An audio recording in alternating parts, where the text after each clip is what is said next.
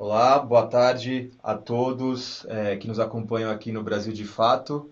Hoje a gente está aqui com o João Paulo Rodrigues, coordenador nacional do MST, Movimento dos Trabalhadores Rurais Sem Terra, para repercutir, João Paulo, alguns dados que saíram recentemente. O INCRA divulgou que no ano de 2017 não houve qualquer assentamento registrado no Brasil. Em 2016, o número já era o menor da série histórica. Por quê, João Paulo?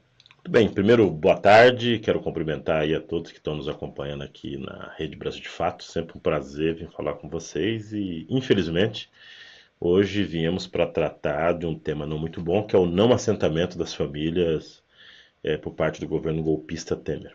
Acho irrelevante a sua pergunta. Primeiro que nós temos um período de mobilização no país inteiro. Essa semana inicia as mobilizações das mulheres, do MST e da Via Campesina, em função do 8 de março, que é uma pauta que envolve desde as questões referentes às reivindicações históricas das mulheres, mas também os temas agrários, assim por diante. E o próximo mês, mês de abril, é um mês clássico de mobilizações do MST, porque no dia 17 de abril é o Dia Internacional da Luta pela Terra. Então é óbvio que isso vai vir para a pauta com muita força.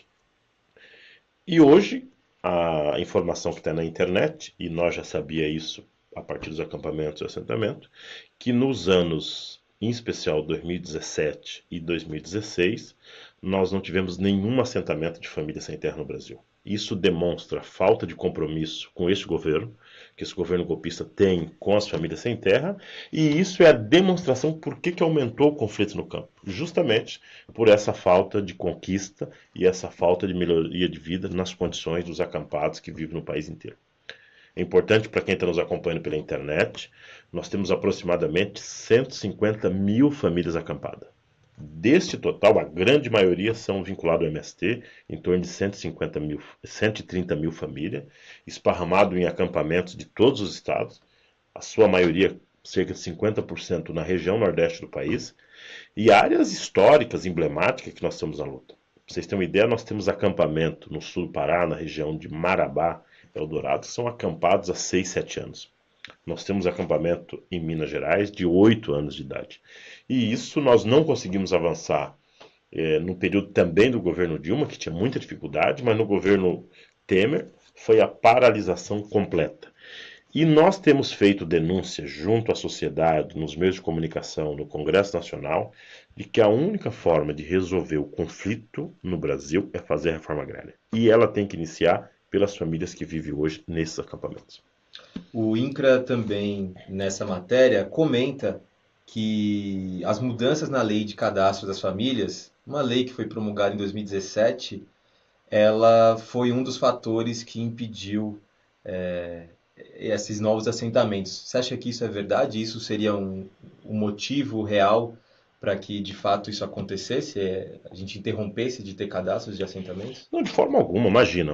Houve um problema real que o TCU, ainda no período do governo Dilma, paralisou por um certo tempo todo o projeto de reforma agrária, mas o principal problema da reforma agrária hoje é o orçamento. Não tem nenhum tipo de recurso disponível para aquisição de terra. Não há uma preocupação do governo para que possa fazer desapropriação de latifúndios que não cumprem a função social, e é importante que os ouvintes possam saber, nós temos uma quantidade imensa de latifúndio improdutivo no Brasil que poderia ser já feito toda a vistoria, todo o acompanhamento ao cadastro, todas as informações referentes a número de família que poderia ser assentado. Só do governo Dilma, nós temos um banco de dados com áreas vistoriadas que daria para assentar mais de 100 mil famílias no país inteiro. E o governo optou por não fazer novos assentamentos, não comprar áreas para resolver o conflito e, pelo contrário, apostou em deixar as famílias largadas pelo país afora. Não tem nada a ver com nova forma de cadastramento, pelo contrário. O governo Fernando Henrique já tentou inovar em cadastramento pelo correio, fez um monte de coisa que não deu certo.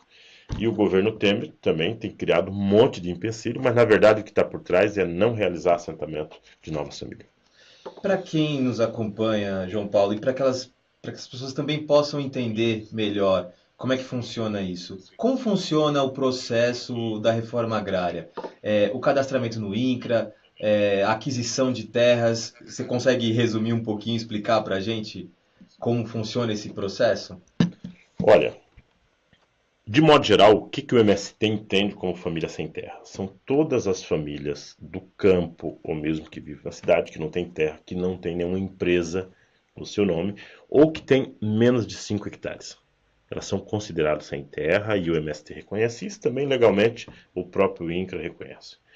E nós avaliamos que o prioritário para ter acesso à terra no Brasil são justamente as famílias que têm origem camponesa, que são trabalhadores rurais, que são assalariados rurais, que vivem em pequenas áreas ou pequenos municípios que têm de uma forma ou de outra uma sobrevivência a partir do campo.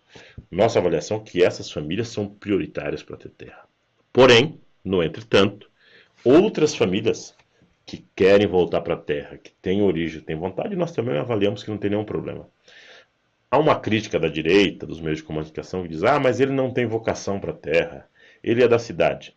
E a quantidade de terra que tem o Banco Itaú, que tem a Odebrecht, que tem o Banco Bradesco, que tem as grandes empresas que eles não sabem diferenciar uma vaca de um cavalo? Por que eles podem ter terra e a família pobre camponesa ou pobre urbana queira voltar para o campo não tem direito? Primeira coisa é isso. Segundo elemento, o MST, quando faz a ocupação de um latifúndio, independente do tamanho do latifúndio, na sua grande maioria, o MST não está fazendo a ocupação no sentido de pegar aquela terra para nós. O efeito principal da ocupação é a denúncia que este latifúndio não está produzindo, que ele não respeita as leis ambientais ou que dentro deste latifúndio tem algum tipo de trabalho escravo ou algo do gênero. Feito isso, o INCRA é quem faz o processo de vistoria, óbvio que tem despejo, tem todo um procedimento, e o próprio INCRA que faz o cadastro e a seleção das famílias. Ao longo dos anos foram criados um monte de empecilhos para que aquelas famílias cadastradas muitas das vezes não conseguem acessar a terra. Mas é importante que quem nos acompanha saiba que isso é de responsabilidade do governo federal. É eles que têm a tarefa de selecionar as famílias que possam ir para a terra e conquistar. Feito o procedimento, tenho a terra, tenho as famílias selecionadas e cadastradas, e tenho um projeto para que essas famílias possam ir para o assentamento, esse processo acontece de imediato. O problema é que o governo golpista não quer fazer nenhuma das três frentes.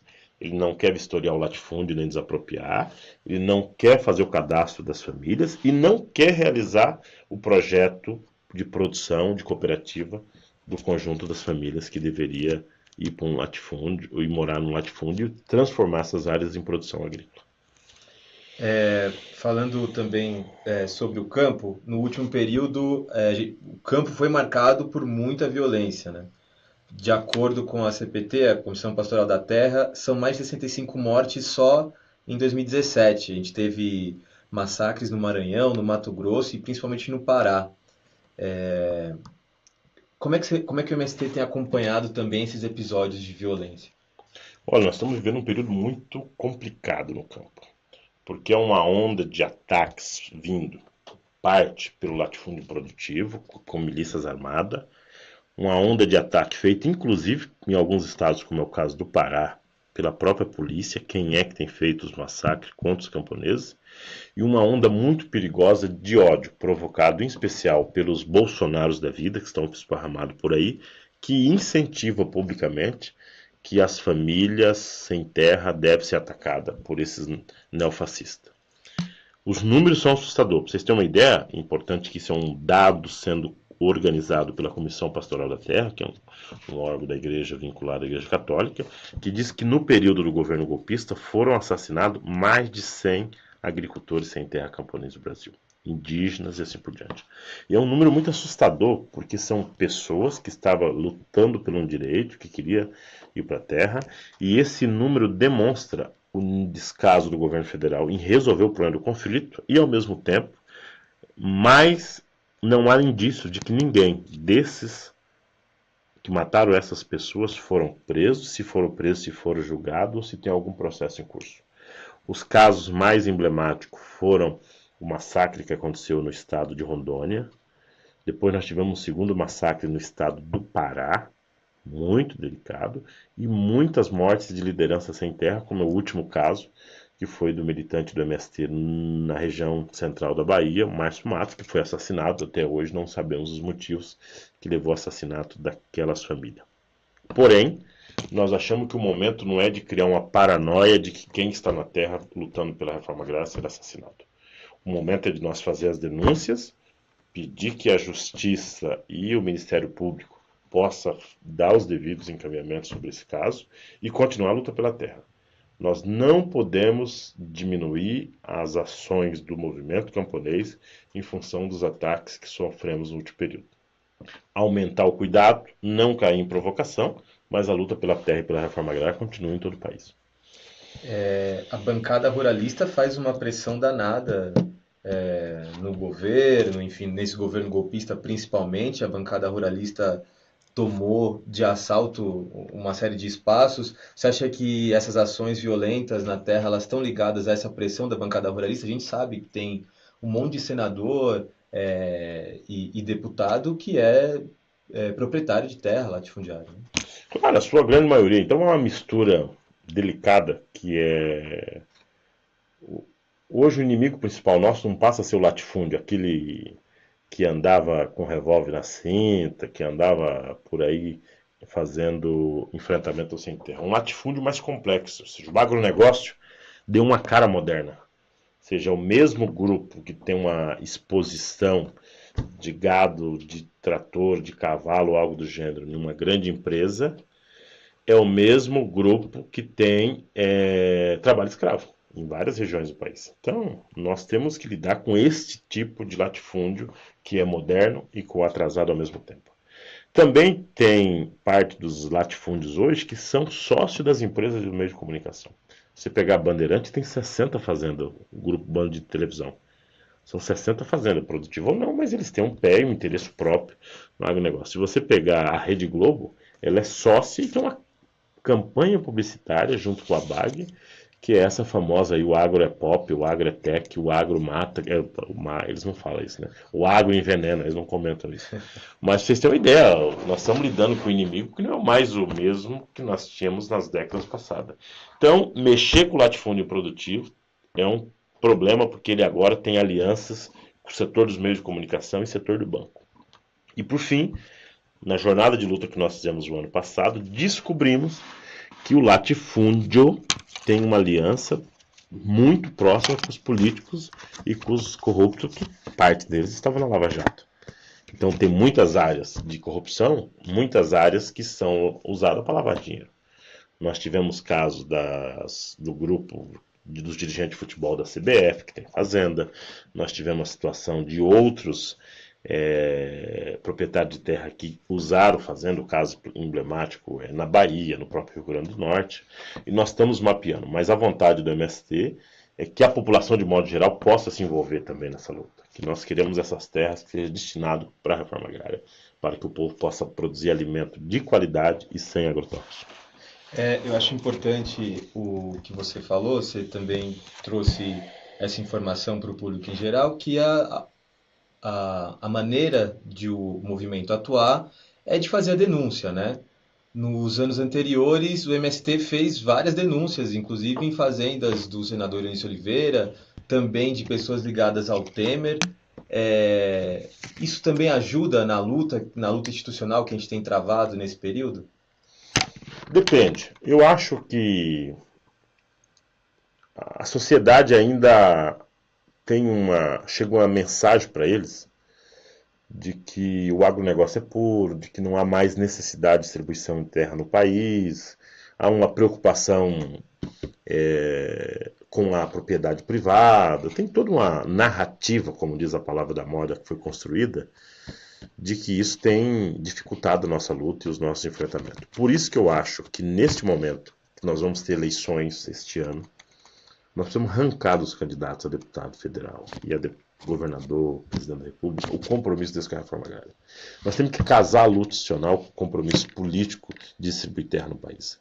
O governo da Bahia vai se reeleger, vai fazer reforma agrária, vai ajudar.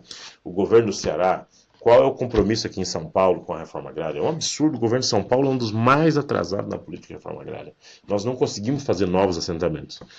O governo Covas, que era do PSDB, fez muitos assentamentos em São Paulo. Já o Alckmin e o Serra não fizeram assentamento. Então, apesar do Alckmin ter uma relação de respeito com o MST, mas não precisa não ser uma relação de respeito, nós queremos que tenha uma política de reforma agrária efetiva. E nós temos a clareza, como MST, que só vamos avançar na distribuição de terra se ter essa aliança entre o povo do campo e o povo da cidade, combinado com governos progressistas que topa fazer a reforma agrária e combinado com os trabalhadores que compram os alimentos, comprar os alimentos da reforma agrária. Quero aproveitar, já convidar toda a população para nós se envolver nos eventos do campo que vai ter no próximo período, mas chamar atenção em especial para a nossa terceira feira da reforma agrária, que vai acontecer aqui em São Paulo, na semana do 3 de maio, seja um evento bacana, e até a primeira semana de maio, depois daquele feriado do 1º de maio, 3 a 5, nós vamos fazer um importante evento aqui, e nós queremos convidar todos para participar. Só abre o parênteses que antes disso, nós vamos ter vários eventos que vai estar acontecendo aí pelo país afora, mas nós vamos ter ainda nesse primeiro semestre um importante encontro nacional dos Sem Terrinhas do MST, que vai acontecer final de maio em Brasília, depois nós passamos a data aqui precisamente para vocês. Nós vamos ter encontro de jovens que vai acontecer também na cidade do Rio de Janeiro, está em fase de construção, mas nesse segundo semestre nós vamos ter isso. Nós vamos ter agora na próxima semana, do 17 e 18, uma importante cavalgada lá no Pontal do Paranapanema, no assentamento Gleba, 15 de novembro. Ou seja, nós vamos ter muitas atividades de relação com a sociedade, de relação com os amigos, que é justamente propagandear a reforma agrária popular e a necessidade que temos de fazer essa aliança dos trabalhadores do campo com os trabalhadores da cidade para pressionar a institucionalidade como um todo para que realize um programa de assentamento. E acho que você tocou num ponto importante, a reforma agrária é justamente, a feira da reforma agrária, né? Ela é justamente esse momento de trazer para a população da cidade como funciona a produção do campo. E justamente alimentos sem agrotóxicos, enfim. Queria que você falasse um pouquinho mais sobre também o setor de produção do MST, que prioriza os orgânicos e tenta banalizar aí o uso de agrotóxicos, né? Olha, hoje nós devemos ter sobre o controle dos assentamentos do MST aproximado, não um número preciso que eu tenho, de pelo menos uns 30 milhões de hectares de terra, que são destinados para assentamentos das famílias e produção de alimento como um todo. Claro que tem assentamentos que produzem um pouco mais, um pouco menos, mas eu não tenho dúvida que nós somos uma das mais áreas de produção organizada do país, tá, com os assentamentos do MST. Nós temos alta produção de cacau, arroz orgânico, feijão orgânico, produção de leite, estamos avançando na produção de farinha de mandioca, produção de café, produção de coloral, como diz o povo da Bahia. Quero aproveitar e mandar um abraço para o pessoal que está nos acompanhando lá. O povo produtor de corante lá no extremo sul da Bahia, chama corante. Nós temos muita produção de hortifruti como um todo, aqui na Grande São Paulo. Mandar um abraço aqui para o pessoal da Grande São Paulo, que tem um programa muito especial de manga, que é justamente vender para a Grande São Paulo um preço mais em conta. Ou seja, então nós temos produção por todo o país. Qual é o desafio nosso hoje? É a comercialização. Nós temos que criar mecanismo de chegar aos grandes centros produtores com nossos produtos. Nós avançamos muito na Prefeitura de São Paulo com a Haddad, que comprava a nossa produção para merenda, mas nós temos que dar um salto de qualidade disso. 2, é a mudança na matriz tecnológica, trocando em miúdo. É nós parar de produzir nos assentamentos com veneno e começar a produzir sem veneno. Mas não basta só uma decisão radical política. Tem que produzir toda uma estrutura de defensivos, uma estrutura que possa combinar a agroecologia como um sistema de produção, uma estrutura que possa produzir sementes em escala, que possa produzir insumos de modo geral, uma formação dos agrônomos, dos técnicos e, acima de tudo, criar uma consciência política de que é possível produzir alimento de qualidade. Por último, nossa avaliação é que nós precisamos de apoio do poder público para construir a agroindústria, para construir um sistema de comercialização, armazenamento e distribuição de alimentos e, ao mesmo tempo, você criar uma cultura pública que esses alimentos eles são importantes para a população de modo geral. Nossa opinião como MST é que nós, nos próximos anos, seremos um dos maiores produtores de alimentos saudáveis sem agrotóxicos.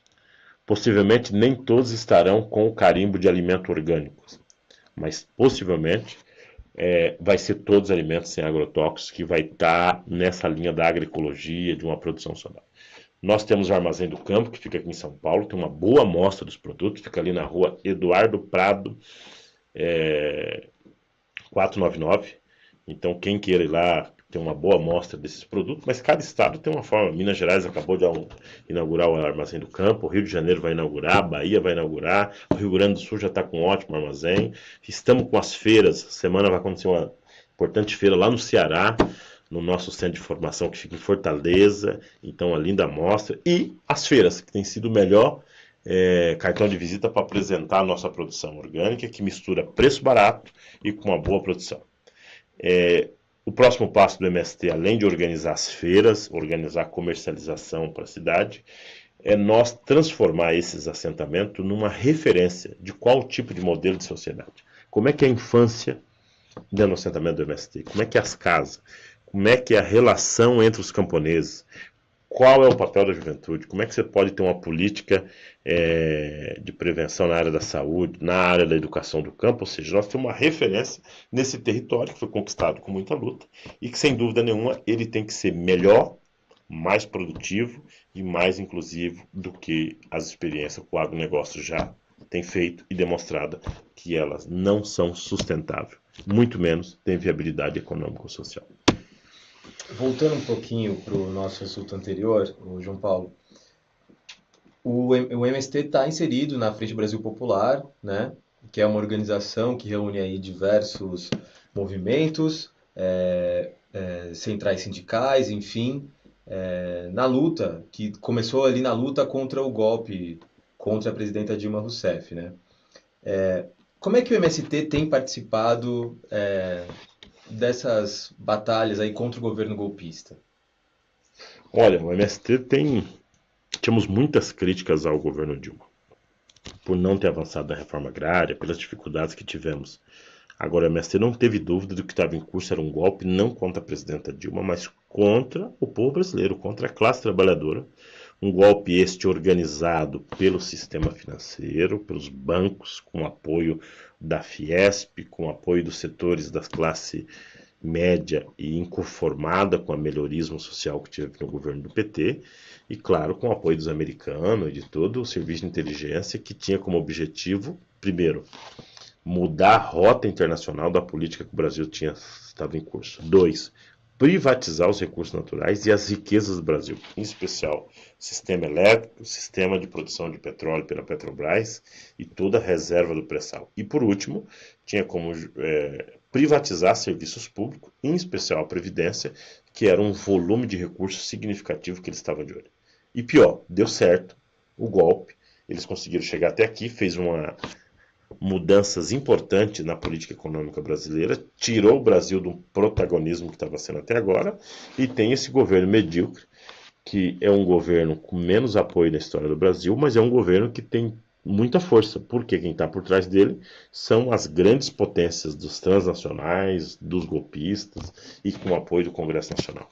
Nosso desafio, continuar lutando contra esse governo. Nós não podemos abrir mão da nossa luta contra o golpismo. 2, parar as políticas de ajuste, reforma da Previdência e tentar deixar esse governo sem conseguir dar paz. Eu acho, isso é uma opinião pessoal, que no campo nós temos conseguido parar esse governo. As medidas deles não têm sofrido muito. Por exemplo, eles tinham uma medida, que é a Lei 13.465, que era de titulação dos assentamentos, ou seja, privatização. Não deu certo. Tem tentado, não avançou. Eles queriam acabar com todo o processo de titulação das terras dos quilombolas. Não deu certo. Ganhamos na justiça. Mesmo as terras indígenas, está parado. Eles não têm conseguido recuo. Mesmo em outras áreas sensíveis, como é transgênico, nós temos conseguido segurar com muita força. A regulamentação de compra de terra por estrangeiro não conseguiu dar passo. Eles queriam autorizar a venda de terras de fronteira, também não conseguiu. A reforma da Previdência, que ia ser uma tragédia para o campo, eles não conseguiram viabilizar. E conseguiram fazer a reforma trabalhista, que tem sido um custo altíssimo para o nosso povo do campo. E conseguiu enfiar uma mundareira de recursos públicos através das renegociações de dívida do Pronaf, do processo, do plano safra do agronegócio. Agora, a avaliação do movimento é que tem sido uma briga boa. Eles ganham uma, nós ganhamos outra, ou seja, podemos dizer que está empate. Diferente que em outras áreas que o golpismo conseguiu ser vitorioso. Nossa jornada de luta na próxima semana é pressionar o governo para que possa assentar algumas famílias esse ano, pressionar o governo para que possa voltar os orçamentos na área de educação do campo, que é uma área muito importante, e pressionar o governo, em especial contra as mortes que estão acontecendo no campo. Ou seja, o Ministério Público, a Polícia Federal, toda a estrutura de polícia deve ser também para procurar os fazendeiros que andam matando sem terra. Nos preocupa que o novo ministro da tal Ministério de Segurança Pública é o Jugman, que foi um ministro do Fernando Henrique, que era presidente do INCRA na época que houve o massacre de Eldorado dos Carajá, ou seja, é um conhecido nosso antigo. Queremos acreditar que ele aprendeu alguma coisa ao longo desses anos e possa, de fato, colocar essa estrutura do Ministério de Segurança Pública contra o latifúndio que mata sem terra. Como é que, aproveitando também esse gancho, como é que o MST acabou de ver essa intervenção federal no Rio de Janeiro? Ela não vai para a área rural, mas ela está muito ali nas franjas, né, da sociedade, ali nas regiões mais periféricas, enfim, e atinge muita gente que até veio do campo, migrou do campo para a cidade, né? Olha, é perigosa essa intervenção. Nós não podemos ver isso com tranquilidade, porque abre precedente para outros problemas que pode ter muito parecido. Mas, ao mesmo tempo, nós avaliamos que é uma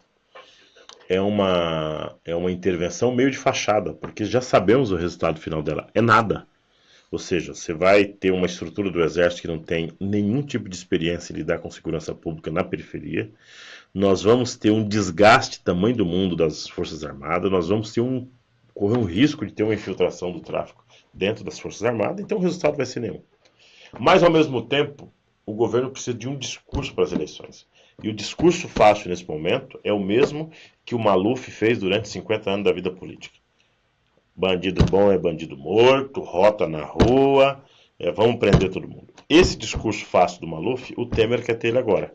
Então está construindo toda uma lógica para, com o apoio da Rede Globo, que tem a cada momento propagandeado a violência, e ao mesmo tempo criar esse clima na sociedade que precisa de intervenção.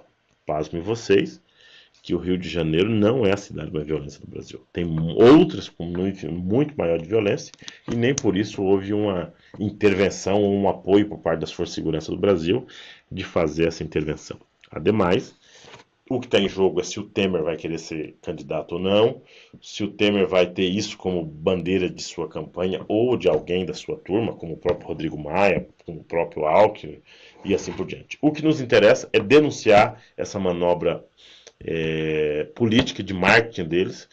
Quem vai pagar essa conta é o povo brasileiro, com um valor muito alto de imposto e assim por diante. Quem vai pagar essa conta é os trabalhadores da periferia, que vai ter problemas gravíssimos com esse exército que está de fuzil na mão, andando nas comunidades do Rio de Janeiro. O MST é contra essa intervenção. A gente está chegando aí perto do 8 de março, né? Uma jornada do Dia Internacional da Mulher, com uma série de lutas, enfim, a gente sabe que as mulheres no MST são ali, casca grossa, estão todo mundo ali na luta.